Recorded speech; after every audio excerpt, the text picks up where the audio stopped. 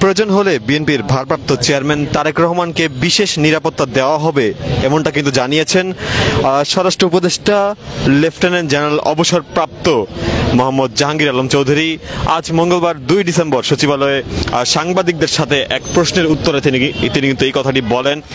এছাড়া আমরা যেটি জানতে পেরেছি, তার যে প্রেস ব্রিফ রয়েছে সেখানে তিনি জানিয়েছেন যে তারেক রহমানের নিরাপত্তা নিয়ে প্রশ্নের উত্তরে স্বরাষ্ট্র উপদেষ্টা তিনি যেটি বলেছেন, বাংলাদেশে কারো কোনো নিরাপত্তা ঘাটতি নেই, অর্থাৎ বিএনপির যে ভারপ্রাপ্ত চেয়ারম্যান তারেক রহমান তার দেশে ফেরাকে নিয়ে কোনো প্রকার নিরাপত্তা ঘাটতি তিনি এখন পর্যন্ত দেখতে পাচ্ছেন না। সেমনটাই কিন্তু আজকে সচিবালয়ে একটি প্রেস ব্রিফে স্বরাষ্ট্র উপদেষ্টা জাহাঙ্গীর আলম চৌধুরী তিনি এই কথাটি বলেন।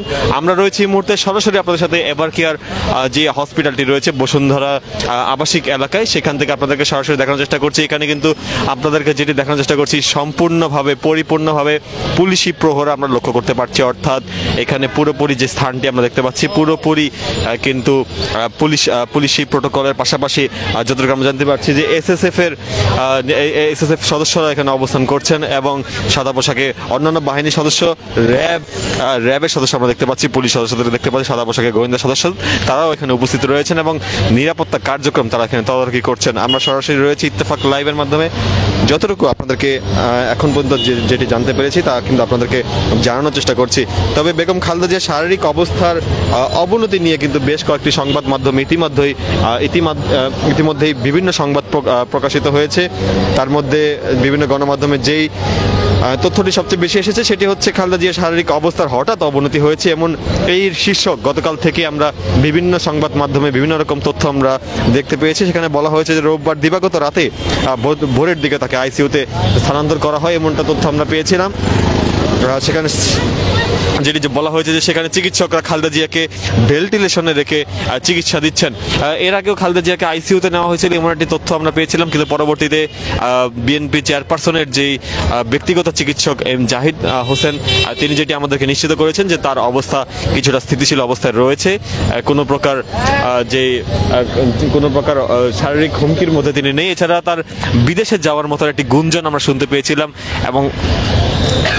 এবং সেই বিদেশে যাওয়ার যে গুঞ্জনটি সেটিও কিন্তু পরবর্তীতে বিএনপি মহাসচিব মির্জা ফখরুল ইসলাম আলমগীর গুলশান বিএনপির চেয়ারপারসনের কার্যালয়ে একটি প্রেস ব্রিফ করে সেখানেও তিনি নিশ্চিত করে দেন এবং সেখানেও তিনি জানিয়ে দেন সেটি হচ্ছে যে বিএনপির চেয়ারপারসন বেগম খালেদা জিয়া তার বিদেশে যাওয়ার মতন শারীরিক সক্ষমতা এই মুহূর্তে নেই, অর্থাৎ তার যে শারীরিক সক্ষমতা সঠিক হলে কিন্তু তার জন্য এয়ার বাস প্রস্তুত রয়েছে, এমনটা শীর্ষক তথ্য আমরা বিএনপির মহাসচিব মির্জা ফখরুল ইসলাম আলমগীরের কাছ থেকে আমরা পেয়েছিলাম। দর্শক, এই মুহূর্তে যেটি আপনাদেরকে দেখানোর চেষ্টা করছি, বিভিন্ন রাজনৈতিক নেতৃবৃন্দরা কিন্তু গতকাল থেকেই এখানে উপস্থিত রয়েছেন এবং উপস্থিত থেকে যে এভার কেয়ার হসপিটাল রয়েছে সেই এভার কেয়ার হসপিটালে তারা আসছেন, এসে দেখেছেন। গতকালকে আমরা দেখতে পেয়েছিলাম বিএনপির বিভিন্ন ঊর্ধ্বতন নেতৃবৃন্দ যারা বিভিন্ন সংসদীয় আসনে মনোনীত হয়েছেন সেই সমস্ত ঊর্ধ্বতন নেতৃবৃন্দরা কিন্তু এখানে এসেছেন, তবে কেউই এখানে খালেদা জিয়াকে দেখতে পারেননি, অর্থাৎ খালেদা জিয়ার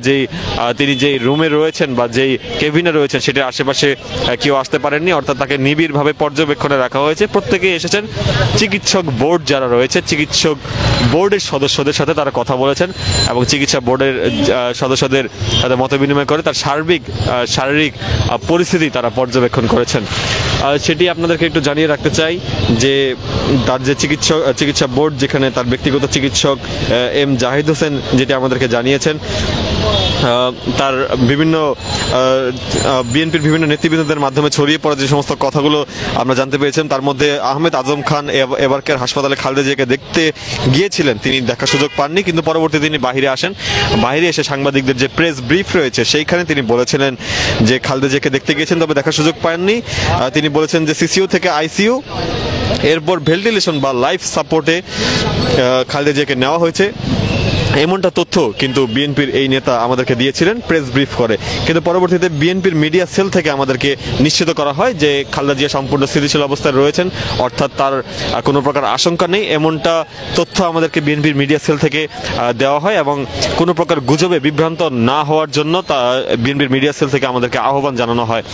আমরা সেই তথ্য দিয়ে আপনাদেরকে জানানোর চেষ্টা করছিলাম। এর আগে আরও একটি যে তথ্য আমাদের বিএনপির কাছ থেকে এসেছে সেটি হচ্ছে চীনা চিকিৎসক দলের খালেদা খালেদা জিয়ার চিকিৎসায় যে তাদের আগমন, ইতিমধ্যে ঢাকার উদ্দেশ্যে তারা রওনা করেছেন। এবং যতটুকু আমরা জানতে পেরেছি যে চীনা চিকিৎসক দলের যে 5 সদস্যের যে চিকিৎসক দল, তাদের আজকে এভারকেয়ার হসপিটালে আসার কথা রয়েছে এবং সেইখানে চেয়ারপারসনের যে মেডিকেল টিমটি রয়েছে সেই মেডিকেল টিমের সাথে তাদের একটি বৈঠক হওয়ার কথা রয়েছে এবং সেখান থেকে যে তারা আসলে যাচাই করবেন যে বেগম জিয়া কি আসলে চীনে চিকিৎসা নেওয়ার মতন উপযুক্ত অবস্থায় রয়েছেন কিনা, কিংবা আসলে উপযুক্ত হলে তার পরিবার আসলে সেখানে সম্মত কিনা, সেই বিষয়গুলো তারা যাচাই করবেন, এমনটা তথ্য আমরা বিএনপির কাছ থেকে পেয়েছি এবং একই তথ্য আমরা বেশ কয়েকটি সংবাদ মাধ্যমে প্রকাশ হতে দেখেছি।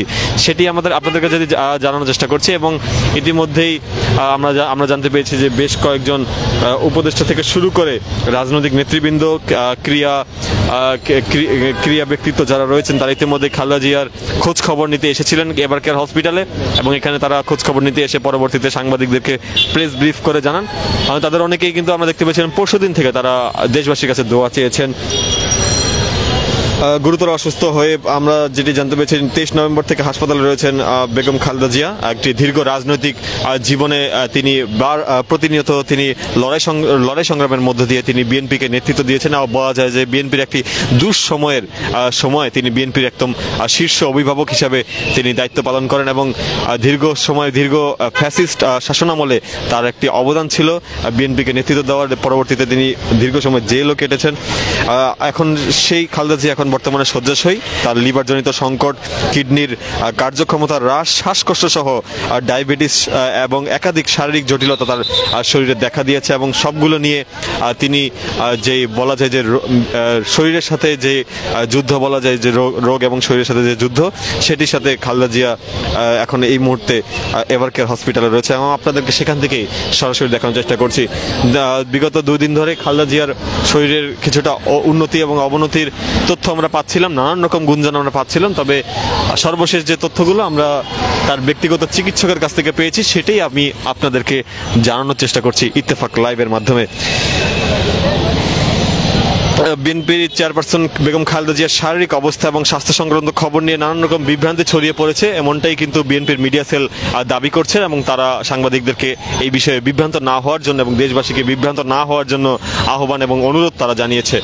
তাদের পক্ষ থেকে যে সমস্ত তথ্যগুলো পাওয়া গিয়েছে সেগুলো আপনাদেরকে জানানোর চেষ্টা করছি। যেখানে এক বার্তায় বলা হয়, মিডিয়া সেলের সদস্য সাইরুল কবির খান গণমাধ্যমে যে তথ্যটি পাঠান সেখানে তিনি বলেছেন যে তার যে বিভ্রান্তিকর খবরের মধ্যে কোনোটাতে বিশ্বাস না করার আহ্বান তিনি জানান এবং ব্যক্তিগত চিকিৎসক AZM জাহিদ হোসেনের বক্তব্য ছাড়া কোনো বক্তব্যকে সূত্র হিসাবে না নেওয়ার দাবি কিন্তু করেছেন বিএনপির মিডিয়া সেলের এই সদস্য।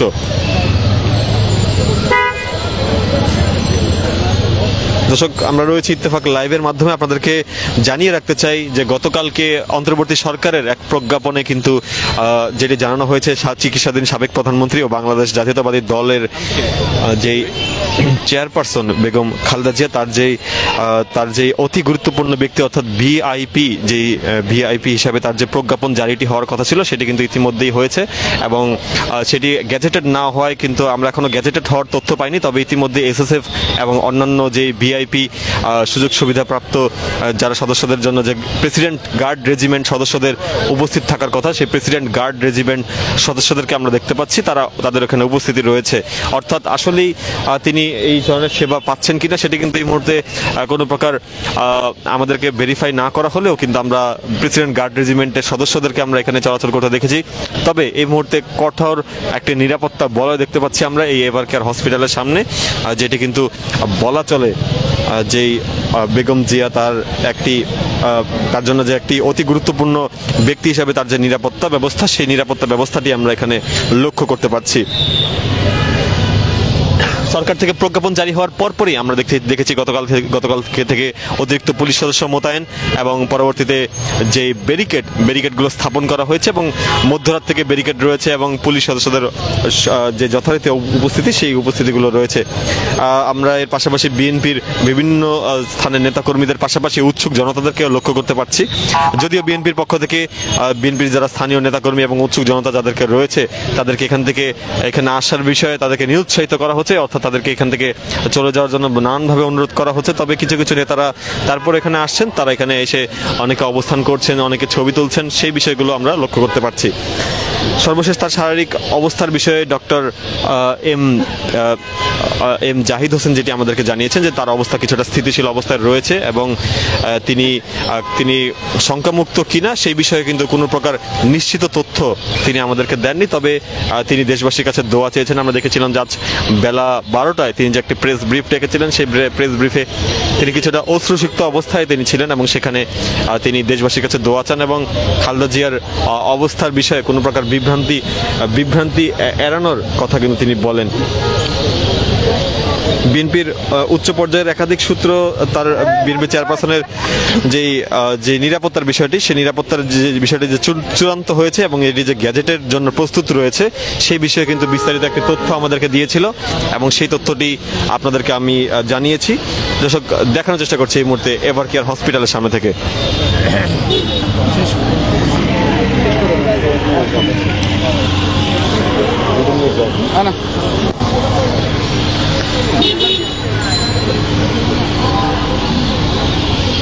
দর্শক, সরাসরি রয়েছে ইত্তেফাক লাইভের মাধ্যমে দেখানোর চেষ্টা করছিলাম আপনাদেরকে এভার কেয়ার হসপিটালের সামনে থেকে সার্বিক চিত্র এবং যে বিএনপির মিডিয়া সেলের কাছ থেকে আমরা যে ধরনের তথ্যগুলো পেয়েছিলাম সেই তথ্যগুলো আপনাকে দেখানোর চেষ্টা করছিলাম। এই মুহূর্তে পুলিশ সদস্যদের পাশাপাশি এসএসএফ, আমরা প্রেসিডেন্ট গার্ড রেজিমেন্টের সদস্যদেরকে দেখতে পাচ্ছি।